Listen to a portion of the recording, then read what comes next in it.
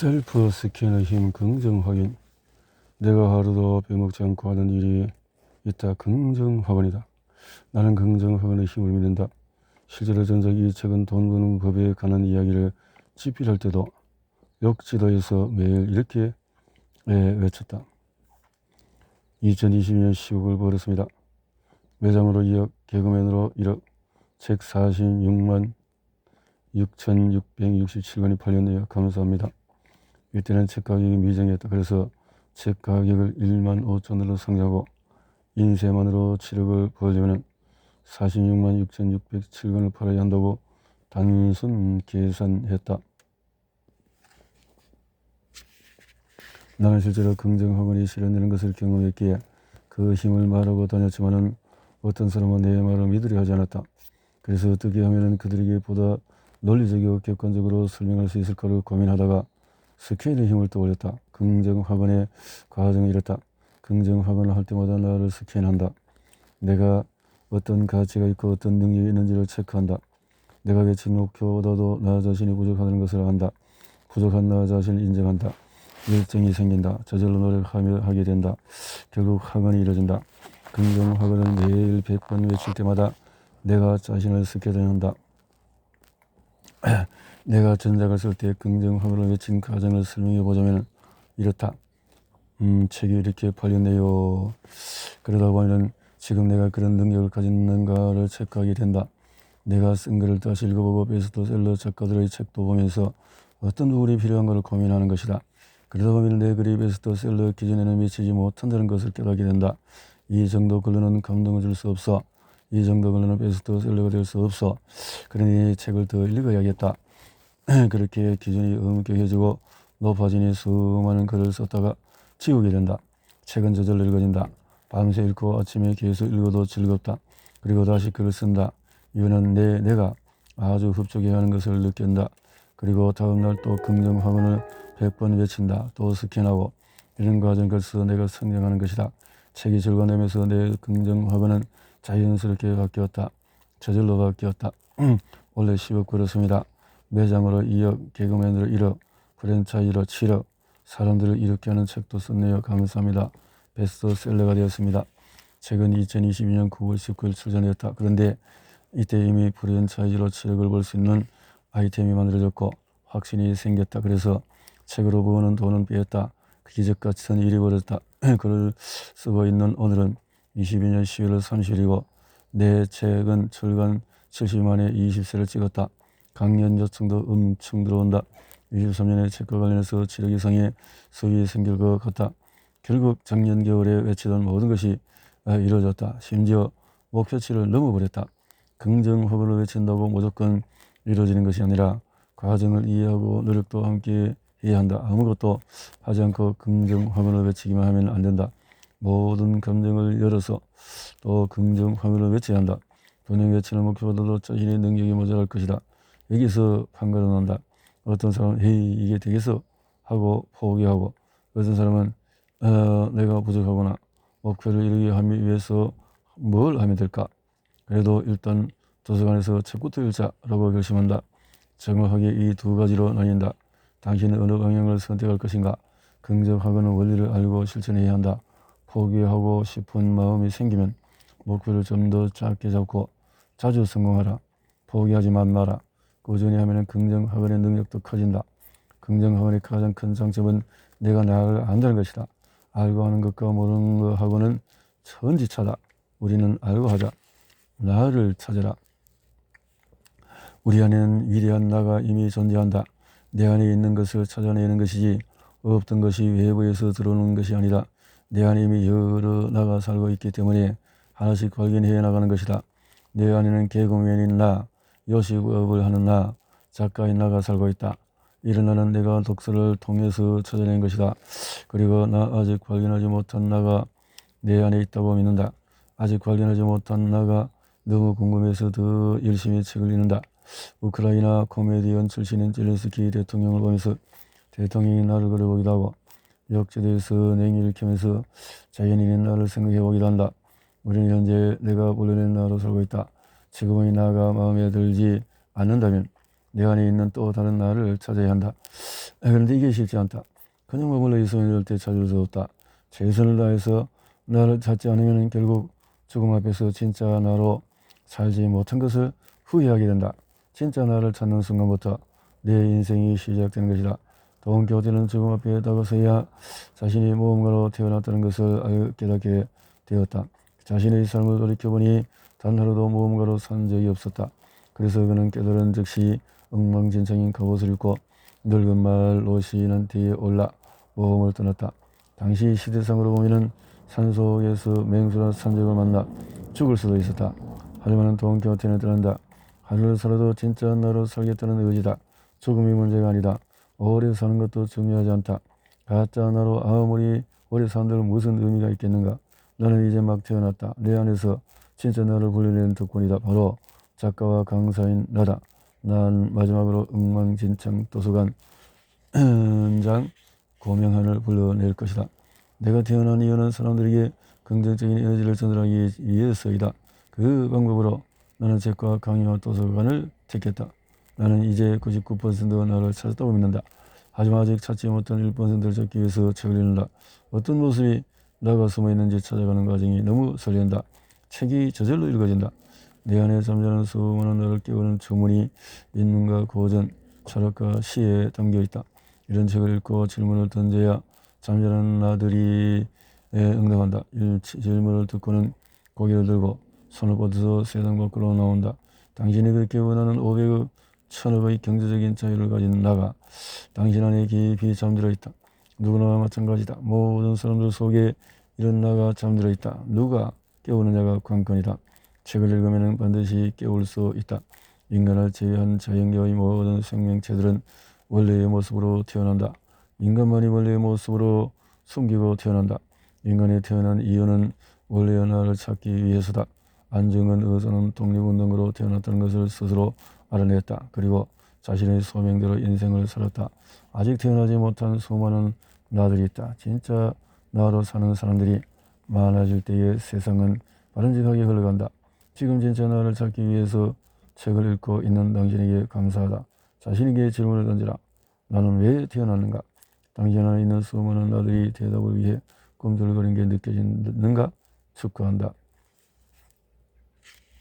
절대 실패할 것 같지 않은 삶을 준비하라. 노인과 바다의 이 문장을 처음 읽었을 때 완전히 반했다. 사람은 파멸당할 수는 있을지언정 패배하지 않아. 그래, 전쟁이 코로나가 나를 덮쳐와도 나를 파멸시켜도 난 절대 패배하지 않겠어. 다 덤벼라. 글을 쓰고 있는 지금 많은 경제 전문가들이 2023년 버텨야 할 해라고 전망한다. 버텨야 한다면 노인과 바다지 하는 생각으로 책을 다시 펼쳤다. 33쪽에 소름이 돋았다. 그래, 이런 자세를 버티면 돼. 노인과 바다 중에서 어려운 경제 상황은 나에게만 오지 않는다. 모든 사람이 온다. 사람들 중에서 승리하는 방법은 노인처럼 정확하게 준비해두고 기다리는 것이다.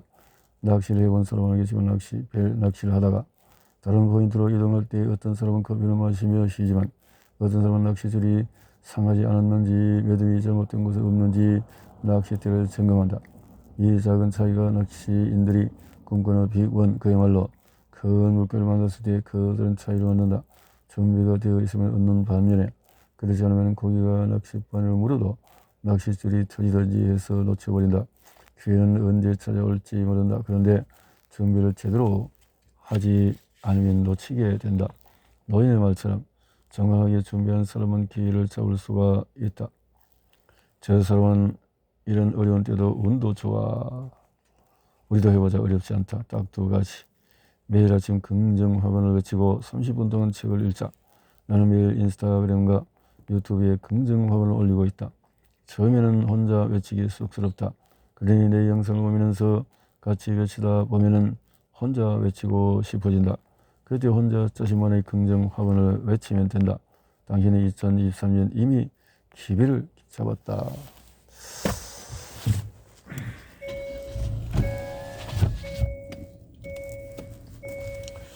당신은 개념 없는 사람이 되자. 개념, 여기서 개자의 뜻을 아는가? 쌀가게에 가서 쌀 한 대를 사고 싶다고 하면은 주인이 한 대를 재는 대박을 가져와서 거기에 쌀을 수북하게 담는다. 그런 다음 주인은 어떤 도구를 가져와서 그 대박에 딱 맞게 쌀을 깎아낸다. 그 도구를 평밀이라고 부르는데 이게 바로 계자의 뜻이다. 계자는 평밀의 계다. 개념은 그야말로 넘치는 너의 생각을 깎아라. 개념, 생각, 무서운 말이다. 너의 생각을 깎아라. 개념. 인간이 그리는 무늬를 읽다가 계자의 뜻을 알고 탄성, 개념, 개. 어쩌면 대한민국이 아직 선진국이 이루지 못한 이유가, 내가 아직 위대해지지 못한 이유가 이것 때문 아닐까. 모난 돌이 정 맞는다며 개념 있게 살려고 노력해왔던 탓, 계속해서 자신의 생각을 깎아왔기 때문. 우리는 이제 너는 왜 이렇게 개념이 없냐 라는 말을 들으면 좋아해야 한다. 이 말은 곧 너는 왜 이렇게 아이디어가 넘치냐라는 뜻이기 때문이다. 서양의 사고는 너로부터 나가는 사고다. 항상 내가 중심이고 모든 것은 너로부터 나간다. 반대로 동양의 사고는 들어오는 사고다. 겸손함이 미덕이다. 그래서 서양의 대표는 밖으로 밀 때 나무가 깎이는 반면에 동양의 대표는 안으로 당길 때 나무가 깎인다. 돈을 쓸 때도 동양은 안으로 접으면서 세는 반면에 서양은 한 장씩 밖으로 던지면서 세한다. 서양은 생각을 마구 뿜어내는데 익숙해 있고 동양은 뿜어져 나오는 생각을 붙잡아 두는데 익숙해 있다. 미국이 세계 1위이고 우리나라가 아직 중진국인 이유가 바로 여기에 있다. 강점혁명이라는 말이 있다. 잘하는 것을 더 잘하게 만들자는 말이다.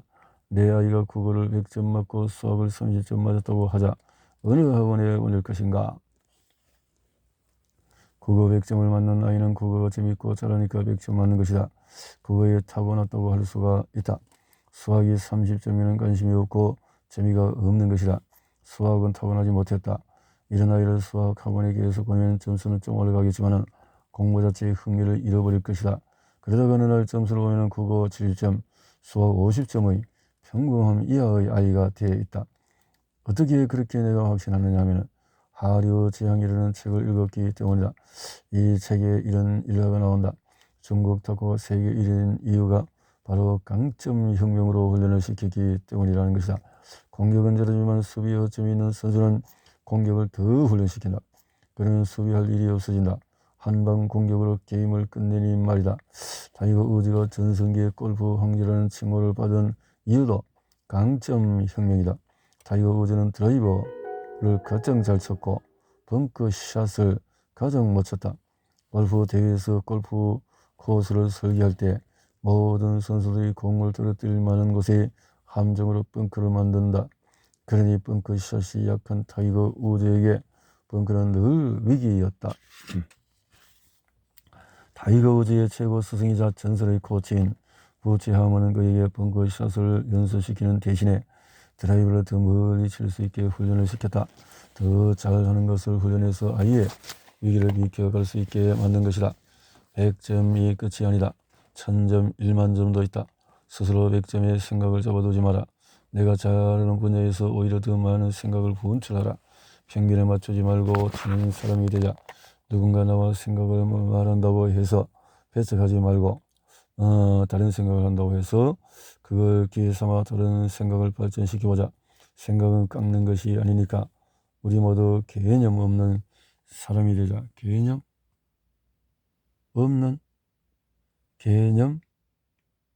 없는 사람이 되자. 개념이 있는 사람이 되자. 없는 사람. 행운은 더하기가 아니라 곱하기다. 행운, 더 해빙에 나오는 말이다. 나 역시 이 말이 격하게 공감한다. 행운은 우리의 노력에 곱셈이 되는 것이지 덧셈이 되는 것은 아니에요. 아무런 노력을 하지 않는 사람은 엄청난 행운이 찾아와도 영원히 제로 상태이다. 제로 상태. 행운. 열심히 노력하라고 하는데 뭘 해야 할지 모르겠어요. 노력 곱하기 행운 결과 이제 우리가 할 일은 노력에 들어갈 숫자를 크게 만드는 것이다. 책 한 권 읽을 때마다 숫자가 커진다고 생각하면 된다. 나는 수많은 책을 읽으면서 일어나지 않을 것 같은 기적들을 많이 경험했다. 그러니 가만히 있는 사람에게 행운이 찾아와도 아무런 일도 일어나지 않는다. 그 상태가 계속되면 행운이 찾아온 사람과 자신을 비교하게 되고 스트레스만 받으며 살게 된다.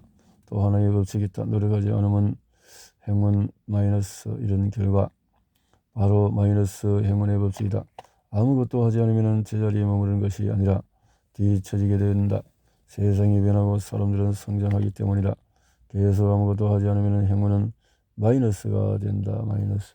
주변에 운이 좋다고 하는 사람들을 자세히 관찰해보라. 분주히 뭔가를 하고 있을 것이다. 노력이 점점 커져서 행운을 불러오는 것이다.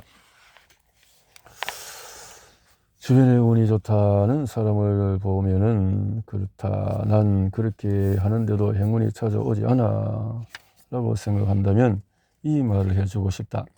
행운이 찾아오는 때는 사람마다 다르다. 그러니 서두르지 말고 당신의 때가 있다는 것을 믿고 꾸준히 키워나가라. 나도 20대 30대를 흘려보내고 40대 후반에 어서 그런 행운을 찾아왔다.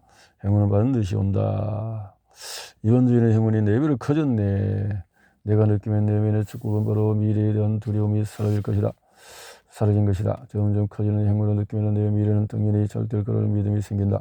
무조건 성공할 사람이기 때문에 다른 사람 앞에서 기가 죽지도 않는다. 남과 비교하지도 않는다. 하루하루 삶이 충만하다. 스트레스가 없다. 이게 가장 큰 축복이다. 인생은 불확실하고 뒤조각적인 것처럼 보이지만 그렇지 않다. 자연과 똑같이 정확한 법칙을 따른다. 왜냐하면 우리 인간도 자연이기 때문이다. 도서관에서 만나자. 남산 도서관 2층. 자, 성공하는 사람들의 말버릇은 어떨까요? 여행 가면 꼭 이렇게 말하는 친구들이 있다. 아, 엄마가 싸준 김치 들고 올 거. 아, 두꺼운 옷 가져올 거. 더 나아가서 인생의 중요한 결정에 대해서도 이렇게 말하는 데 있다.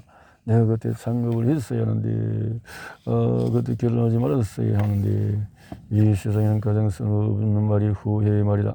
뭐뭐 할 걸 하고 말하는 순간 나는 주변 사람들에게 부정적인 영향을 미치게 된다. 후회의 말은 절대 내뱉어서는 안 된다. 후회의 말, 후회를 하지 말고 그걸 경험 삼아 앞으로 나아가는 말을 해야 한다. 가져올 거, 이럴 때는 김치를 가져와야 하는구나. 다음에 여행 갈 때는 따뜻한 옷을 챙겨야겠구나. 마음속으로 각인시키고, 그래야 그것이 실수나 후회로 남지 않고 다음에는 같은 일을 반복하지 않을 수 있다. 창업할 것도 마찬가지다. 일단 그런 생각이 들면 지나온 일을 되돌아볼 것이 아니라 앞으로 나아가는 방향을 생각하며 하나하나 점검해보자. 왜 나는 현재 다니고 있는 회사를 괴로워하는가에 대해 조목조목 따져보고 개선할 여지가 있는지 찾아보자. 여지가 없다면 내가 창업을 위해서 어떤 준비가 되어 있는지. 인간이기에 나도 후회의 말이 불쑥불쑥 튀어나올 때가 있다. 어제도 글을 쓰다가 잠이 들었는데 아침에 눈 뜨자 좀 더 쓰고 잘 거리라고 생각이 들었다. 그래서 바로 아니야. 그래도 잘 잤어. 어제 더 썼다고 더 좋은 글이 나오지 않았을 거야. 푹 잤으니까 됐지. 이게 사실이기도 했다.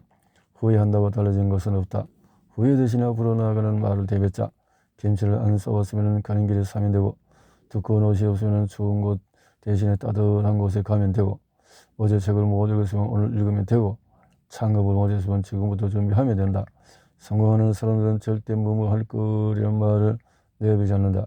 그들은 이미 말버릇 중에서 가장 쓸모없는 말버릇이 후회라는 것을 알고 있기 때문이다. 가장 쓸모없는 말버릇이